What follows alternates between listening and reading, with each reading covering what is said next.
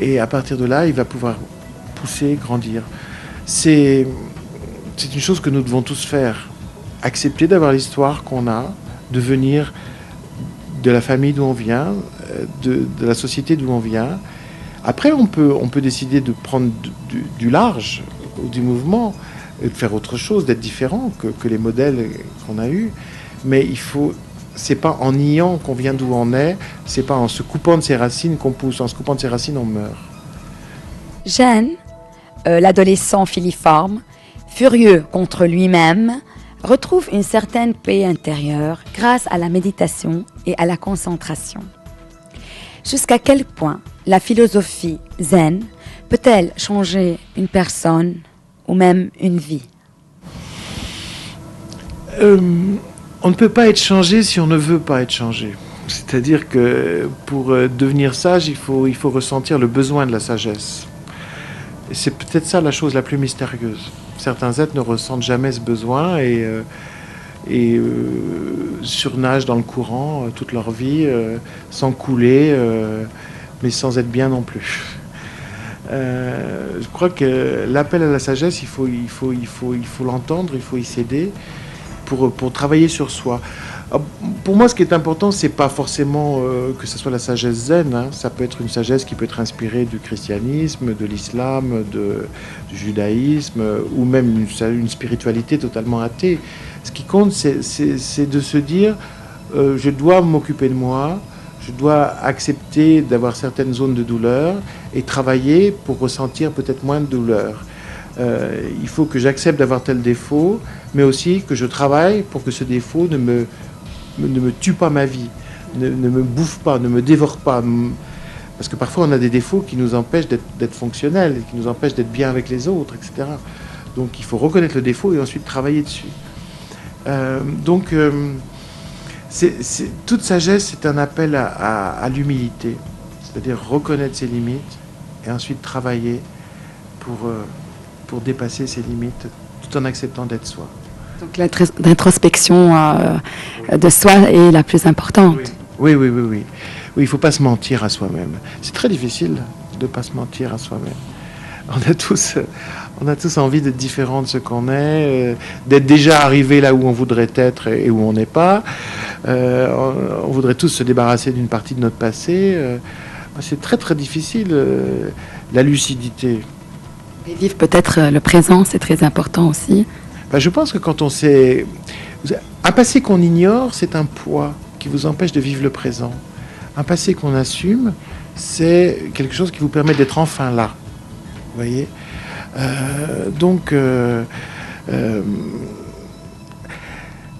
En même temps, il y a des êtres qui sont doués pour le bonheur. Mais quand on n'est pas doué, quand on n'est pas spontanément doué, il faut travailler. Voilà, il n'y a pas de recette pour être heureux, il y a juste des recettes pour être moins malheureux. Le sumo qui ne pouvait pas grossir est une histoire légère en apparence, mais gorgée de sagesse. Comment faites-vous pour réussir à divertir et nourrir les lecteurs en même temps? Merci, ça me fait plaisir que vous pensiez que mon travail est là, et effectivement... divertir, moi spontanément, j'adore raconter des histoires et je déteste ennuyer. Donc, ce que vous ne faites pas du tout. Voilà. Et de toute façon, moi, dès que je vois que je suis en train de m'ennuyer, je me dis bon là, il faut arrêter, il faut trouver autre chose. J'aime que ça aille vite, que ça rebondisse, etc. Mais en même temps, je déteste le pur divertissement. Quand une histoire est juste là pour me faire passer mon temps, j'ai l'impression de perdre mon temps. Tandis que si l'histoire me nourrit et m'apporte quelque chose d'émotionnel, d'affectif ou d'intellectuel, quand une histoire fait bouger mes frontières en moi et m'emmène dans un lieu où je ne serais pas allé sans cette histoire, alors là, je suis vraiment content et je me dis que j'ai pas perdu mon temps. Donc, j'essaye d'entretenir ce rapport avec le lecteur. Monsieur Schmitt, ce n'est pas votre première visite au Liban. Vous étiez là en 2002 pour participer au Salon du livre francophone qui s'est déroulé à Beyrouth. Quelles étaient vos impressions aujourd'hui quand vous êtes arrivé à Beyrouth? D'abord, moi j'ai un rapport un peu spécial avec le Liban puisque j'ai travaillant quotidiennement avec moi une Libanaise. Donc j'ai l'impression que le Liban ne me quitte jamais. parce que en plus c'est une vraie Libanaise, avec les qualités, le charme, l'enthousiasme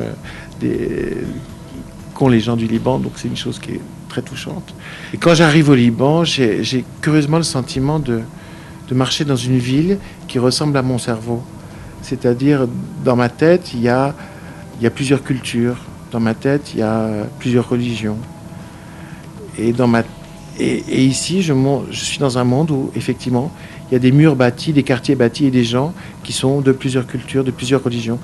C'est coloré, alors que l'Europe est monochrome. Voyez. Alors ça me plaît beaucoup. Et quelque part, j'ai l'illusion d'être plus chez moi. L'illusion. Parce que, bien sûr, je ne suis pas chez moi. Et puis, il y a une chose que j'aime beaucoup ici, c'est l'énergie de vivre. Et c'est une énergie qui vient de la conscience de la fragilité et du danger. Après 30 ans de guerre. Voilà. Et c'est presque une position métaphysique dans la vie. On sait tous que la vie n'est pas longue, qu'elle est fragile, et qu'il faut être intensément là et vivre ce qu'on a à vivre, parce qu'autrement la vie va passer sans qu'on l'ait vécu. Alors ici, j'ai ce sentiment que je le vois dans même pas seulement dans la jeunesse, je le vois dans tous les âges. Parce que souvent, la jeunesse est assez douée pour ça. Je le vois dans tous les âges. Une vraie volupté de vivre, et une vraie intensité de vie. J'adore ça. C'est un pays qui vous ressemble un peu. J'aimerais bien. Quels sont vos projets littéraires dans le futur proche?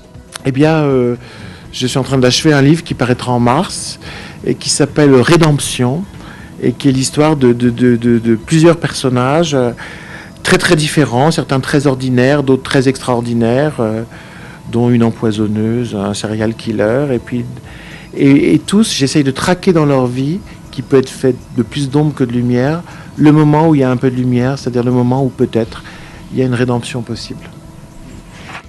Monsieur Schmitt, un dernier mot adressé au public libanais et surtout aux téléspectateurs de la MTV. Mon Dieu, vous me prenez de court, vous me faites peur. Simplement que déjà je regrette de partir dans quelques jours. Monsieur Schmitt, merci beaucoup pour cette très belle entrevue et nous espérons vous revoir très bientôt au Liban. Merci encore.